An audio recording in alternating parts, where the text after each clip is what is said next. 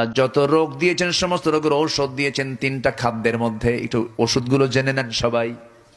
বলি বলি বলি যত রোগ আছে পৃথিবীতে, এইডস বলেন, বি ভাইরাস বলেন, ক্যান্সার বলেন, ডায়াবেটিস বলেন, হাই প্রেসার বলেন, লো প্রেসার বলেন, ডায়রিয়া বলেন, সিফিলিস বলেন, গনোরিয়া বলেন, যত রোগ পৃথিবীতে আছে, যত ভাইরাস আছে, যত কিছু আছে, সমস্ত রোগের জন্য আল্লাহ পাক ওষুধ রেখে দিয়েছেন। রোগ যে দিয়েছেন যিনি, ওষুধ দিয়েছেন তিনি। ওষুধ আছে, এর মধ্যে শ্রেষ্ঠ ওষুধ হলো তিনটা। একটা হলো চারটা, একটা হলো জমজম। একটা কি? জমজম। সেই পানিটা কোথায় পাওয়া যায়? কোন জায়গায়? সৌদি আরব তো অনেক বড়, বলেন কোথায়? কাবা শরীফের সামনে সেই কূপটা। কাবা শরীফের সামনে সেই কূপটা। এই কূপ হলো আশ্চর্য কূপ। দুনিয়ার সমস্ত পানির ভিতরে কম বেশি জীবাণু পাওয়া যায়, কিন্তু জমজম কূপের পানিটা এমন ফ্রেশ পানি, মিনারেল ওয়াটার ফেল। পৃথিবীর সমস্ত পানিগুলো ফেল। এমন পানি এটা আল্লাহ রাব্বুল আলামিন দিয়েছেন, এই পানি পান করলে শুধু তৃষ্ণা নিবারণ হয় না, ক্ষুধাও নিবারণ হয়ে যায়। 2015 সালের দিকে আমি হজে গিয়েছিলাম, সেকেন্ড টাইম। প্রথম হজ করেছি 2009 সালে। হ্যাঁ, 2015 সালে আমি মক্কার আউটসাইডে দাঁড়ায় আছি। সেই জায়গায় যারা হজে গেছেন দেখবেন, সেখানে যারা যাবেন তারাও দেখবেন, সেখানে বেশ কিছু লাইন আছে, ট্যাপ লাগানো আছে। এখানে জমজম পানিগুলো ট্যাপ খুলে খুলে জমজম পানিগুলো খায়, জমজম পানিগুলো পান করে। আবার অনেকে সুন্দর করে বোতলে বোতলে ভরা নিয়ে চলে যায়। কিন্তু সেই জায়গায় আমি লক্ষ্য করে দেখি একজন ফরেনার, একজন পশ্চিমা মানুষ, ইউরোপিয়ান কালার, ইউরোপের একজন মানুষ, সেই জায়গায় দেখতে পেলাম সে পান করছে না, খাচ্ছে না, শুধু সেই পানিগুলো নিয়ে বারবার মাথা থেকে পা পর্যন্ত ঢালতেছে। ঢালে আর মোছে, ঢালে আর এরকম করে মুছে নেয় বারবার। আমি ভাবলাম এই পানিগুলো অপচয় করতেছে লোকটা, এমন করে কেন? কাছে গেলাম, সমস্যা কি বলেন, এরকম করছেন কেন? পানি তো পান করতে হয়। সঙ্গে সঙ্গে লোকটা বলতেছে, আমি এই পানিগুলো পান করি, সব নিয়ে যাই, কিন্তু আমার স্কিন প্রবলেম। কি হয়েছে? স্কিন ক্যান্সার হয়েছে।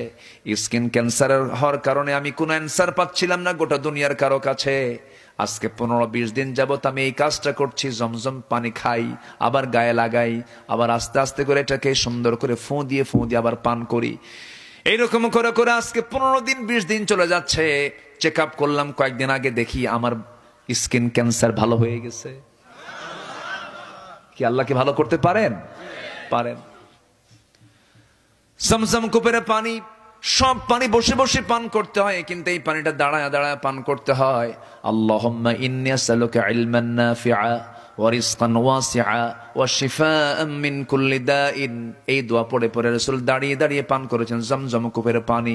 আল্লাহ সবাইকে জমজমের পাশে গিয়ে পানি পান করার তৌফিক দাও। জোরে বলি আমিন। নাম্বার 2 হলো আজওয়া। আজওয়া একটা খেজুর আছে, যেই খেজুরটা রাসূল খুব পছন্দ করতেন। আজওয়ার চাইতে বড় বড় খেজুর পাওয়া যায়, আম্বর, মারিয়াম, এরকম বড় বড় খেজুর পাওয়া যায়। অনেক দামি দামি, অনেক স্বাদের খেজুর পাওয়া যায়, কিন্তু এটা বড়ের মতো ছোট্ট ছোট্ট আজওয়া খেজুর। রাসূল এটাকে খুব পছন্দ করতেন। বেশি মিষ্টিও লাগে না, এটা বেশি মিষ্টিও কম। কিন্তু এই আজওয়া খেজুরের ব্যাপারে রাসূল বলেছেন, যদি কোনো বান্দা প্রত্যেক সকালবেলা 7টা করে খেজুর এটা খেতে পারে খালি পেটে, পরপর 7 দিন যদি খায় 49 খেজুর খেলে পরে একমাত্র মৃত্যু, রোগ ছাড়া সকল প্রকার অনিষ্ট হতে গেলে রাব্বুল আলামিন তাকে বাঁচায়া দেন। ওষুধ আছে না নাই? আচ্ছা। এরপর আল্লাহ রাব্বুল আলামিন রাসূলকে দিয়ে জানিয়ে দিয়েছেন কালো জিরা। কি কালো জিরা? এমন একটা ওষুধের নাম। এই কালো জিরা পান করলে, কালো জিরা খেলে পরে সব ধরনের রোগ আল্লাহ পাক এর মধ্যে রোগের ওষুধ রেখে দিয়েছেন। আর আরেকটা স্পেশাল একটা পানীয় দিয়েছেন, স্পেশাল একটা অফার দিয়েছেন, শরাব দিয়েছেন, সেটা হচ্ছে মধু। এই মধুটা দুনিয়াতেও খাবো আমরা, জান্নাতেও খাবো আমরা। জোরে বলে ইনশাআল্লাহ। জান্নাতে মধু আছে না নাই? আছে না নাই? জান্নাতে 4টা নহর। কয়টা? জান্নাতে 4টা নহর। নাম্বার 1 হলো জান্নাতে থাকবে হলো পানির নহর। পানির চাইতে স্বাদের কিছু আছে নাকি বলেন? যত কিছুই খান, দিন শেষে একমাত্র শ্রেষ্ঠ স্বাদ কি বলেন? পানি। পানির অপর নাম অপর নাম জীবন। নাম্বার 2 হলো দুধের নহর থাকবে। দুনিয়াতে দুধ আছে না নাই বলেন? ছাগলের দুধ, দুম্বার দুধ, তারপরে গাভীর দুধ, মহিষের দুধ আছে না নাই? উটের দুধ আছে না নাই? উটের দুধটা রাসূল বেশি পছন্দ করতেন। উটের দুধটা খুব গরম, প্রচুর ঘন দুধ।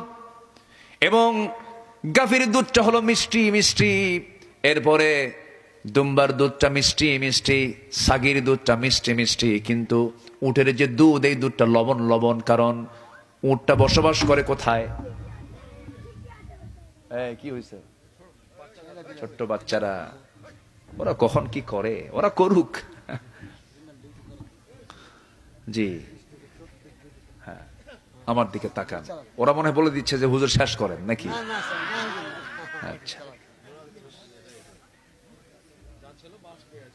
তাহলে কি যেন বলতেছিলাম? হ্যাঁ, উটনির দুধ। হ্যাঁ, উটনির দুধটা একটু লবণ। উটনির দুধটাকে বলেন তো লবণ। মরু অঞ্চলে বসবাস করে, পানি নাই, অথচ তার কোনো পানির অভাব নাই। আল্লাহু আকবার বলেন।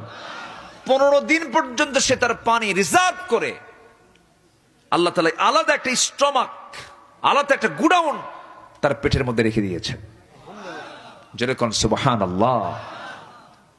উটনির গোশত, উটনির দুধ সব সুস্বাদু। আল্লাহু আকবার বলেন।